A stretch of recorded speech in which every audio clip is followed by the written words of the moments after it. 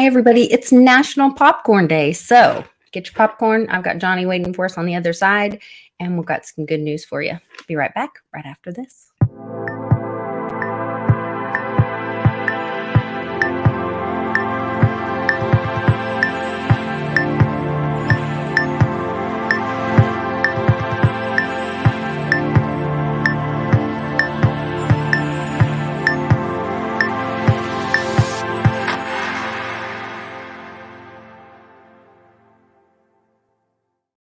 How you doing, Johnny?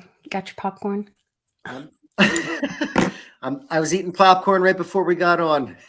It started early. It started last night for us, but so in New Zealand, they're like a day ahead of us. I have some friends in New Zealand, and I actually was on Zoom with them last night talking about some stuff with the Very Dow, and I was like, "Oh my gosh, what just happened?" Like, their prime minister, Yes, who has been a total tyrant, complete horrible person. They've had some of the worst lockdown COVID restrictions. Just what's her name? Jacinda Ardern or something like that. I think something like so Satan. Today I'm announcing that I will not be seeking re-election, and that my term as Prime Minister will conclude no later than the 7th of February. She's so sad. And so today I'm announcing that I will Let's not listen be again. seeking re-election, and that my term as Prime Minister will conclude no later than the 7th of February. No later than the 7th of February, which my friend says that's done quick. That's quick, and that's early. Yeah. And that means she could be gone like tomorrow. Now, why did she resign like that? What's the reasoning? They haven't come out with reasoning yet, but she's the only one crying about it because here is like the people of New Zealand. Where is the She's like a super, she's up there with like Trudeau, like those people. Yeah. Like she's like a super globalist, like bad, in this case, bad lady. She's like a product. Super mother weffer. Yeah. Yes. Here's the people of New Zealand. They're like so excited. They're all celebrating. They're partying. Yeah. I know they had really bad COVID restrictions there. I don't know, like terrible. I don't remember the specifics, but I know they were like really, really bad. They have no guns there. They have no, I mean, just terrible. I mean, just total dictator. So I thought this was cool because, like I said, it's a day early there. So this was kind of the kickoff of Popcorn Day around the world. El Chapo is begging Mexico to let him complete his sentence back in Mexico. Yeah. I thought that was interesting. And then because Mexico's a lot better to be in jail in than the U.S. That's what he said. Yeah, he said the U.S. is so cruel and harsh. The prisons are so terrible in the U.S. He'd rather be in a Mexican jail. Yeah. I've heard that from a lot of like those guys that they in like their interviews and stuff. They said they'd rather be in jail. I missed this Twitter data breach, but I guess that goes more into more possibilities for cyber hacks and whatever.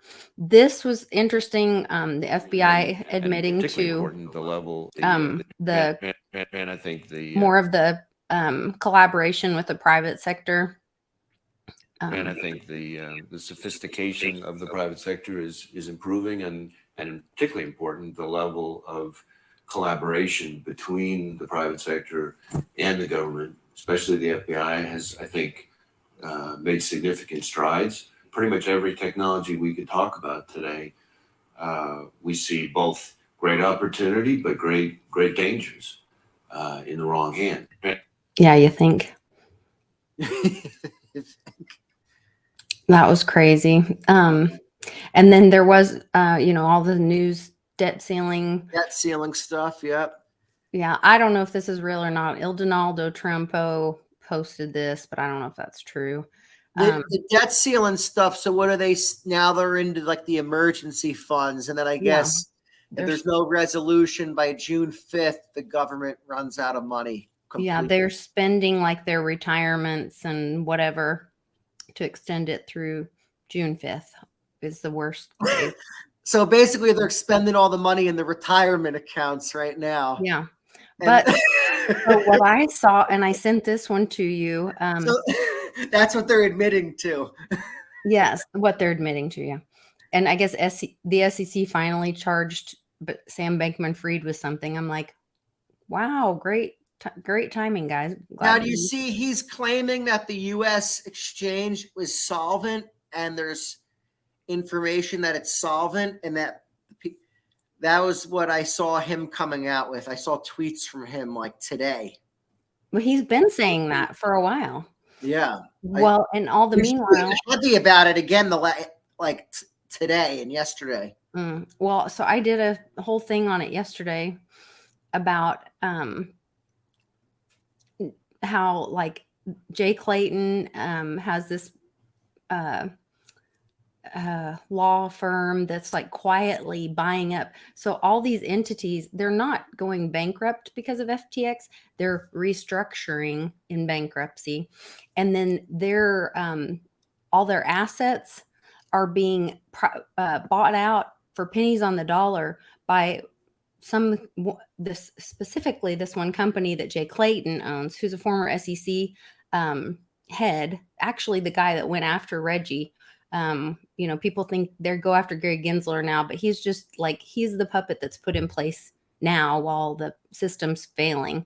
Right. But Jay Clayton was actually the guy that went after Reggie when it all started. And then Hinman was in, I guess, during the prosecution or whatever, but Jay Clayton was really the head of it. Then there was this other, this was what I sent you. So they're always a puppet. Like people are like, that's the boss. It's like, man, that's not the boss. If you know that guy, that's not the real boss. That guy, that's not the boss. That's just the guy that they send out there to like, he's the actor for you to see. Yeah. And then I had a friend that watches the show and comes to a lot of the meetups send me this video of them removing the Federal Reserve plate in St. Louis. It was really interesting. So that is interesting. Dismantling the Fed in St. Louis today on Popcorn Day. Well, it was a lot of it's a lot going on right now. What do you think happens with this debt ceiling thing? I was talking to some people before, they were just saying that it's all theater, that it always works itself out, they'll extend it, yada yada yada. Years ago, I was really just getting into getting educated, and it was back when Trump was still in, and I was really upset because I thought that my Congress people were listening to the people, and I was like, it's going to happen. They're going to vote the way it's going to stop. They're not going to pass this again. And I was friends with the guy that was married to Trump's campaign manager, or one of his campaign managers. And I was like, this is going to happen, whatever, it's going to government shut down, all this. And he's like, Lisa, they have to vote for it. Because I was like, why'd she do that? That's unconstitutional. And blah. I went nuts, because I thought, I know this lady, and I know, why not the wife, but the congresswoman that I thought should have voted for what we, the people, what we represent, what we voted for her to represent us as. And instead she caved and she voted to print more money. And I was just devastated because I had met her in social settings and I thought she believed what we believed. And I think in the end, they all caved to that. Yeah. Problem. Well, and that's what yesterday in my video from yesterday, I showed where over 169, I think, House representatives or congressmen and women took money from FTX. So that's been proven. And I don't know that it was that person specifically, but when their hand is out to them, when their hand's in the cookie jar, they can't not be, beholden to those dollars. They can't be saying, yeah, I'll do what the people said, but I've got to go fundraise. It's like that video that it's one time that Joe Biden didn't lie when he said that, politics are a lot like prostitution, when we've got to go fundraise for all this money and to be able to make it. And they've got those lobbyists, in the way, and they've got to go make all this money, and make these promises to get in there. And it's never for the will of the people. It's always for the lobbyists. And so until we get rid of that system, we had a meeting earlier today with a guy, and he brought up the fact that our Constitution is one of the only longest lasting constitutions in the world, and that we actually have all these articles or laws sitting on top, over like 60 million or something crazy on top of our Constitution. And he said our founders said something very profound, and they said it's a republic if you can keep it. And what happened is we had a republic, and then we stacked a democracy on top of it. And so that's when we lost the republic. And we're not working on the layer 1 anymore. We're on layer 3. Right. We forked it, and we lost our individual rights. And that's what we've got to get back to. Probably the system's going to have to go down in a different manner. It's not going to be because of the debt ceiling or anything like that. Like we already established, they have to vote for it. But it'll probably be more along the lines of like a derivative bomb, like Bix talks about, or that system failing, or failure to deliver. What about what if gold and silver really start being priced in a different manner, and things of that nature? Well, this Bank of America thing yesterday, these people, did we bring that up? That's really bad. I talked about it yesterday, that Bank of America thing, and they tried to pretend like it was a Zelle outage. The problem with that storyline is that Zelle is used in PayPal. Zelle is used at Zelle's integrated into I have Ally. I use Zelle in that. Zelle's in everything. Zelle's used at Chase Bank. It wasn't out there. Wells Fargo uses Zelle. Okay. So it's used in all these other places, and it didn't have an outage there. So that didn't make sense. And they that was a convenient excuse because if you think about it, they always have multiple key sets of agenda. Now they have a reason to enforce more restrictions if you use Zelle. It's like, what? This Zelle, it's a little dangerous. You saw what happened with Bank of America, how it just took money out of people's accounts. Now we got to do this or that on you. So it's they could have used it in that manner as well. But I think Zelle was just a scapegoat, obviously, but I feel like it was a scapegoat where it wasn't anything technically to do with Zelle, where they're like, let's use it, but we might be able to use it for this other agenda as well.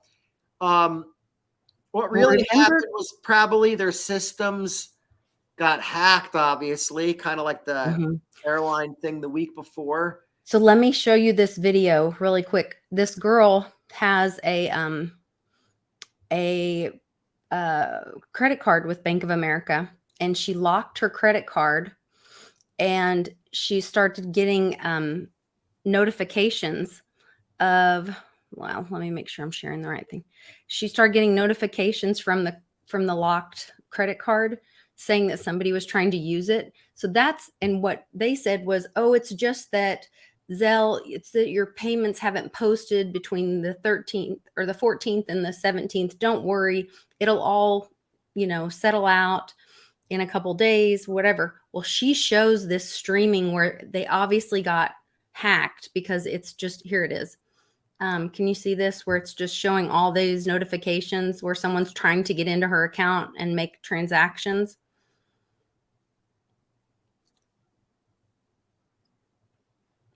That's not just stuff not posting. That's activity in her account. Interesting. And so I think they got hacked. And remember when Klaus Schwab said that the next pandemic would be a cyber attack? Yep. And we've had like several hacks. There was a big Twitter hack January 5th or so. A lot of emails and passwords were stolen. There was a huge Facebook one a long time ago, a couple of years ago at the beginning of the Great Infection. And I think they'll use a huge hack like that or a cyber, let's blame it on Russia. We always Russia. And then they'll knock everybody's bank account out. Don't worry, here's the CBDC to make you whole. And that'll be the new issuing it in, right?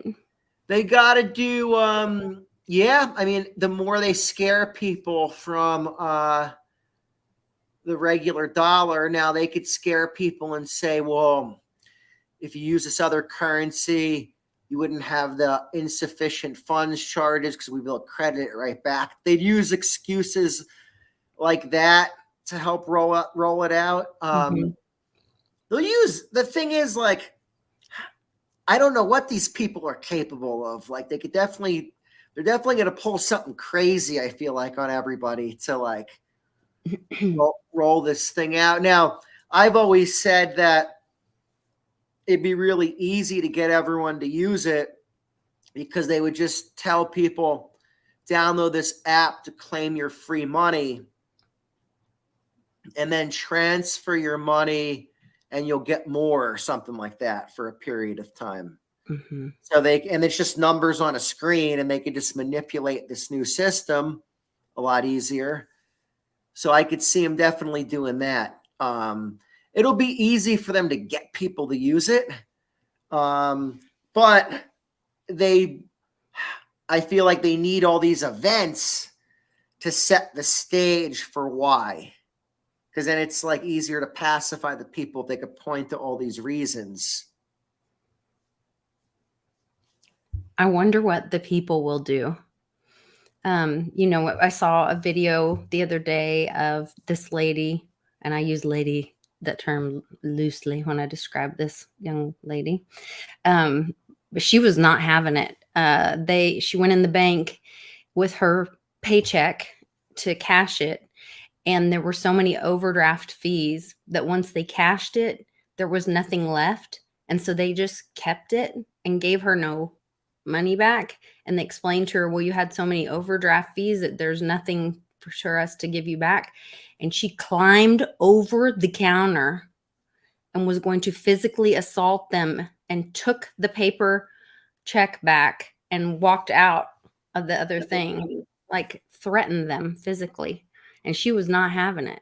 Yeah, you don't mess up people's money. And so it's, I feel like I keep going back to, they can manipulate people a lot better with a complete digital currency system.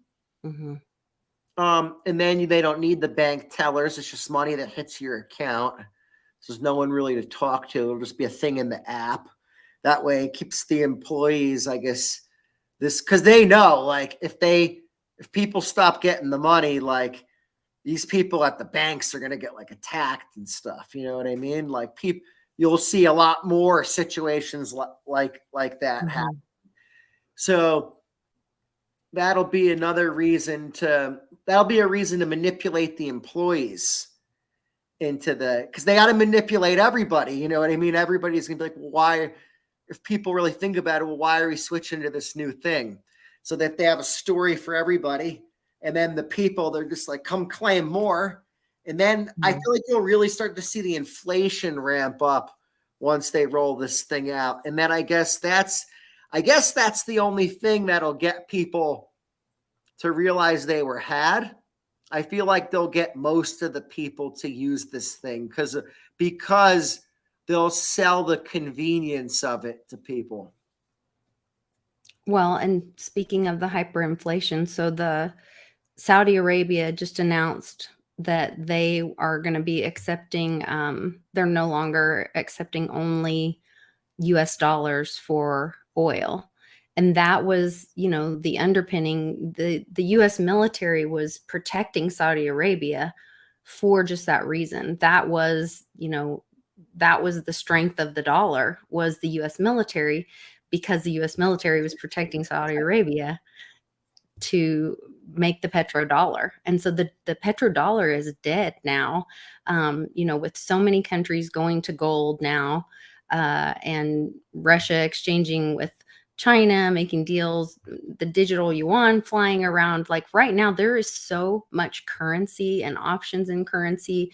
More and more countries looking to back their countries in gold, and looking for digital options. I just see people looking for, I remember Cliff High's data talking about, even in the United States, different cities starting to make their own currencies, local currencies. I don't know if that was paper. That's how, that's how originally every state had their own currency. I could see that. I could see that something like along those lines come back, especially with blockchain technology. Now, that's why I feel like these, a lot of these layer ones will be important, that are like Bitcoin, like Litecoin, because you can build coins off of them. And then I feel like at least in that system, you have something to audit everything off of, because you as the people can now see that layer one and see what's going on.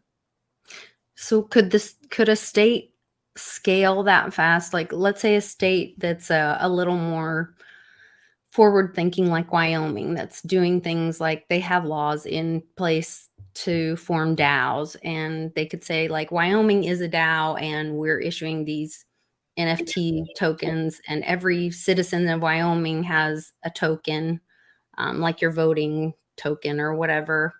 And with each token, you get entitled to so many coins or whatever a month. Lisa, hold on one second. I gotta go run upstairs. Yeah. 1 second. Sorry. Hold on. Yeah, no, you're good. So you guys in the chat, it's just me and you here on Popcorn Day. So what I'm thinking is, will they use blockchain for, and we'll ask Johnny when he gets back, but I wanted you guys to answer me in the chat, and I'll put it up on the screen. Do you guys think what states would be open to or more likely to use blockchain, and would they use NFTs for creating their own currency? I know there would be a Westwood token. Popcorns and whiskey at the Westwood token. Sorry, Lisa, my daughter wasn't feeling good. Oh, bless her heart. No, you're good. We decided we're going to have popcorn tokens and Westwood whiskey NFTs in Illinois.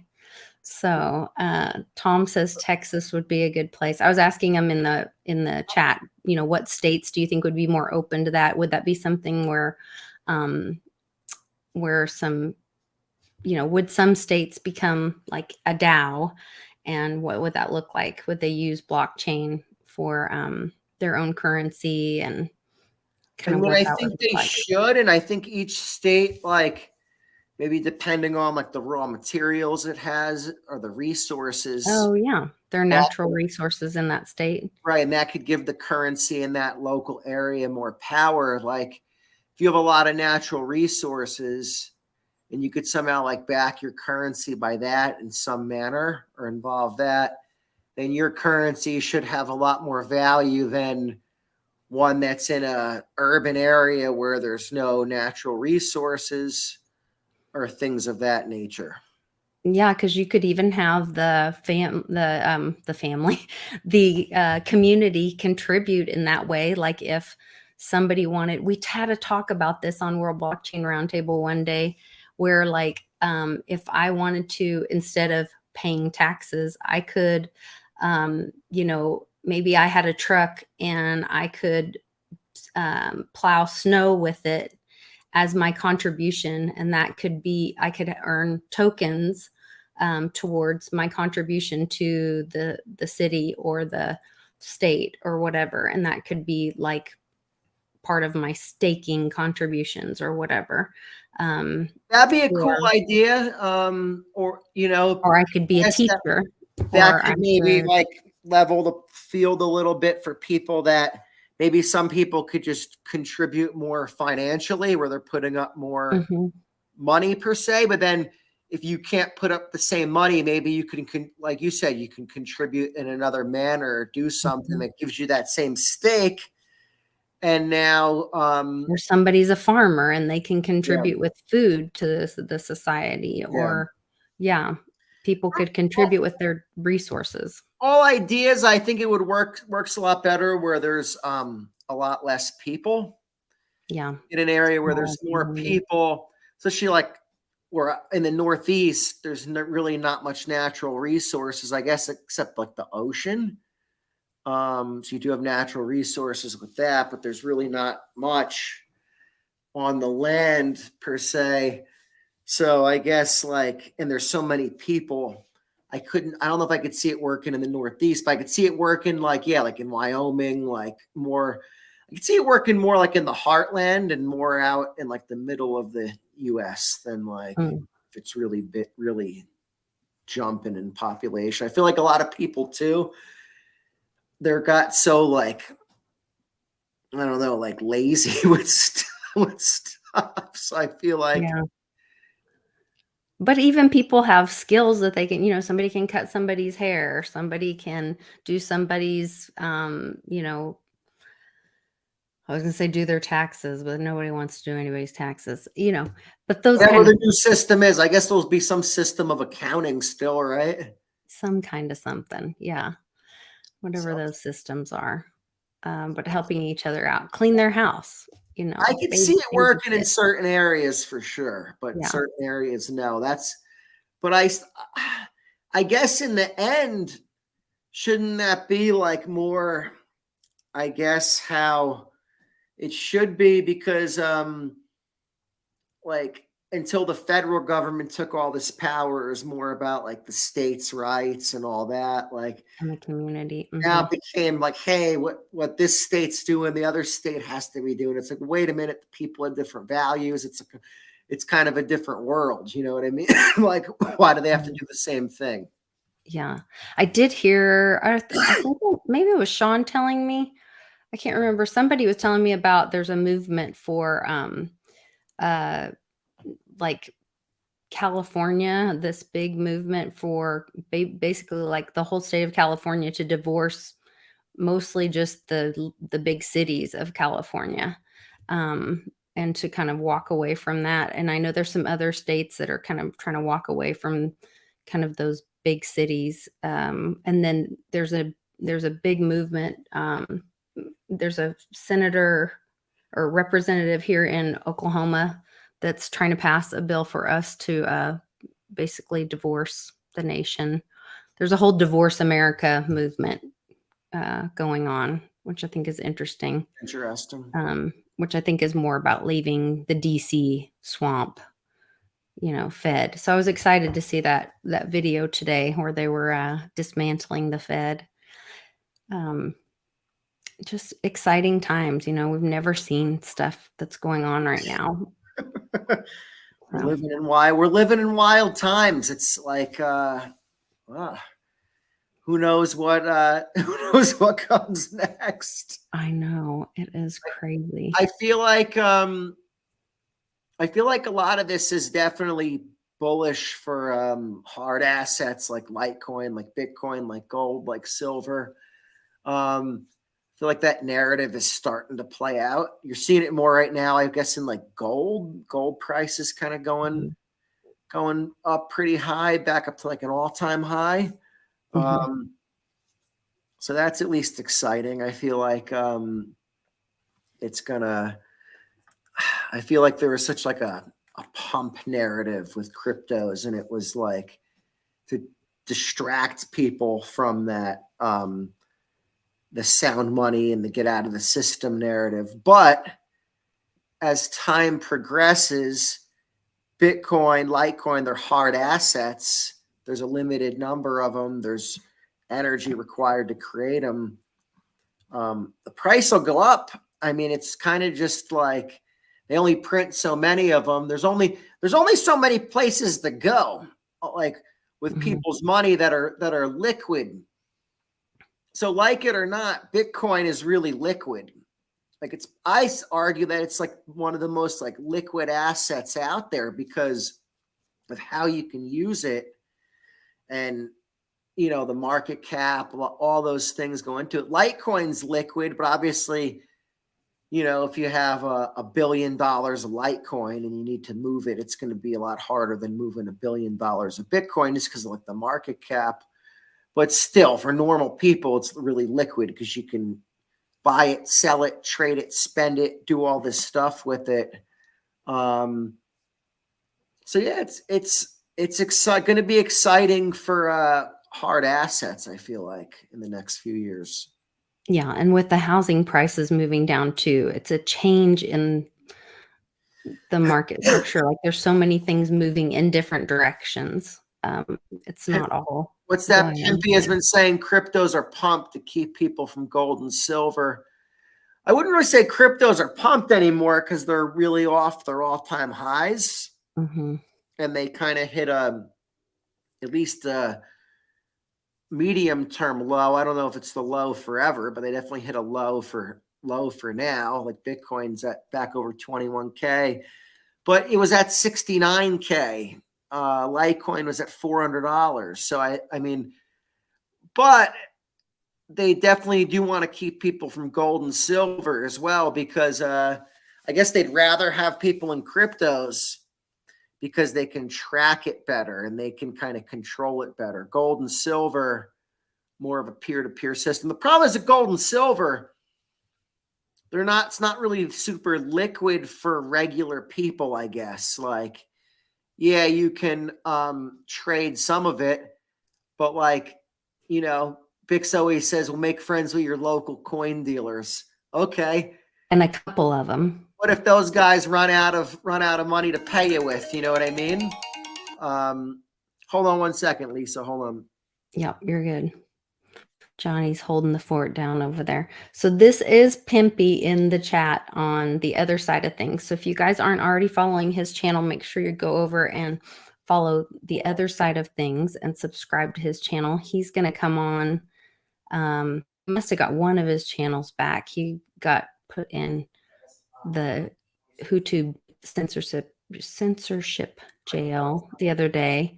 And I was messaging with him about coming on, but I missed him touching back with me. So we'll have him here pretty soon. And he comes to some of our meetups and hangs out with us. He's part of the fam. So I was just saying the other side of things is one of Pimpy's channel. So that's him in the chat with us. Nice. Jumping in. Yeah, he's a good guy. What was I going to say? Yeah, but yeah, they definitely, you know, I guess they want to keep people. They definitely do want to keep people out of gold and silver. I definitely agree with them with that. Yeah, I'm sure. People owning well, I think that's why TSA was created. Johnny, remember when I went through the airport, and they always shake me down anyway, but they grabbed me this one day and he was like, well, I think you have some too much jewelry in here or something, like, or traveling with some gold or coins or something like that. And I was like, what? It was such a weird statement. It threw me off. And I had my grandmother's makeup mirror that's silver, I guess, back. And then I had a coin with me. but they thought it was going to be something they could confiscate. And so I can't even, there's no telling how much metal they've taken out from the American people or from the people. Oh, they must have over the taken years. so much. And then I bet they'll probably tell people, well, we'll send you cash instead, or who knows? A lot of the people. No, they just, if you can't prove like your receipt how or you got it whatever, too, they'll yeah, just keep it on you. Yeah. keep it. I was going to the Litecoin summit one year, and I used to remember those Litecoin silver rounds? Oh yeah. Mhm. I maybe had like 30 of them with me. And I was like, well, I don't want to put them in my checked luggage, this and that. Like, I'll just put them in my carry-on, right? And they like stopped me. I almost missed my flight.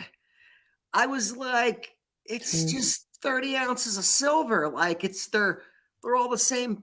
Oh, no, bad. You're like, and then the worst was I had to wait liquid. for one freaking lady. Mhm. I was like, all right, well, because I was pissed. I'm like, well, where's the person? Check this so I can get out of here on a break. Like, on a freaking break? Are you kidding me? Like, you assholes. Honestly, I always get, like last time I flew, the guy was doing stuff to my hand. And then, no joke, the kids in the room leave. I don't want them hearing this story, so I'm putting that disclaimer out there. The guy says, go over there. I got to pat you down in more depth, right? Yeah. He's feeling me up and down. Mm-hmm. He's grabbing my crotch. He goes, what is this? I said, it's my penis. He's like, oh. Well, we were leaving Miami last time, so I was like, this is freaking creepy. Like, I was like, oh my God. I had on my bikini top, my shorts, and then this long wrap cover-up dress thing. And I'm TSA pre-check, so I'm supposed to be able to just walk through the thing and leave my shoes on and all that. And I had a hat on, and they were like, oh no, you beeped. You have to go through that big thing. And Public's mom is like, don't ever walk through those things. They like mess with your DNA, and they're like really bad for you and all this. And she used to work for DHS, and she knows like all this DARPA stuff and all this. And so I was like, no, I'm not walking through that. You'll have to feel me up. And so they like make me walk over to this thing. And this lady is like all over me. I mean, in my personal space. And so I just grab my dress thing and I just throw it up. I'm like, you gotta be kidding me. And so I'm like, just throw it up like this. And she's like, oh, ma'am, you don't need to. And I was like, are you kidding me? Like, I'm not hardly wearing anything. There's nowhere I can hide anything, but they just want to harass you. Harass you. All about harassing you. Another time. Oh, hold on. I'm getting called again. Hold on 1 second. You're good. You're good. Johnny's on patrol. He's holding the fort down, taking care of sick kids, doing videos, saving the world, teaching people about Litecoin. Yeah, Nana's done flying. We had her out. You're not done though. We still might have. We're trying to get you out for the meetup in. It looks like it's going to be Florida. I talked with Jenny Moonstone here earlier today. I think we're going to do our meetup in Florida in February. I talked with Bix and Jenny earlier. So we'll have a little more information coming in soon. Yes, it's hard when there's sick kids. So yeah, I got about 5 more minutes. I gotta. Yeah. No, we can wrap it up. I know I've got to get rolling here too, but I appreciate you today. It's been a great day. It's Popcorn Day. I'm sure we'll have lots more good stuff coming out today. So you guys stay tuned, and we'll see what happens. It's an exciting time, and I'm glad we have such a great fam to share it with. 100%. Just keep your heads down. Keep your eye on the right assets. I guess keep this narrative hasn't changed of getting out of the dollar and things of that nature. Get through. I saw a tweet from Wall Street Silver a day or two ago. They said, get into something that'll make it until the next currency. You might say, hey, I don't want to hold Bitcoin forever. Or you guys sound a little nuts with that. Well, think in your mind, what's going to make it if this currency goes down and something else is out there? What's going to make it? So that's why when I say Bitcoin, Litecoin, or even precious metals, it's those things I think have the best chance, obviously, of making it to the other side, So yeah. If you're looking for somewhere to buy some silver, check out my link to connect with Andy Scheckman with Miles Franklin Mint. He'll just tell him like Queen Lisa sent you, and he will treat you like family. He's been really good to us here and some of my friends. And we've got links to connect with Johnny if you're looking for help with your business. So lots of good resources there for you. And just make smart choices for your family.